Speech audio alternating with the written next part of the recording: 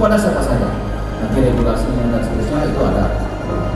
Jadi di samping itu kita olahraga bersama di tengah-tengah situasi COVID-19. Kita tahu kita tetap melaksanakan protokol kesehatan, kita tadi laksanakan di kapal yang begitu indah, ini kan akan kita lakukan dan mudah-mudahan hal ini bisa membuka mata dunia luar daerah lain juga. Bahwa kita tetap beraktivitas, namun tetap melaksanakan protokol kesehatan.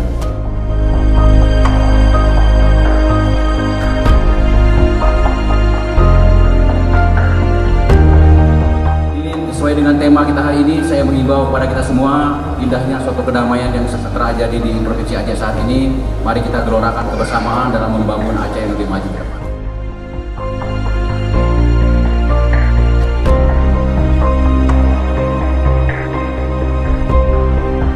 Hari ini tentunya kita membuat sesuai dengan tema sini, dengan indahnya kebersamaan kita. Mari kita membangun Aceh ke depan lebih bagus, mensejahterakan masyarakat.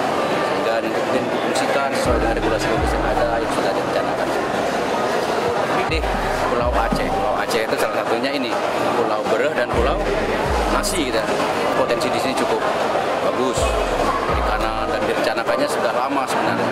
Nah, beliau ingin mendorong pelaku ekonomi nantinya memanfaatkan ini sehingga bisa berperan dengan bagus.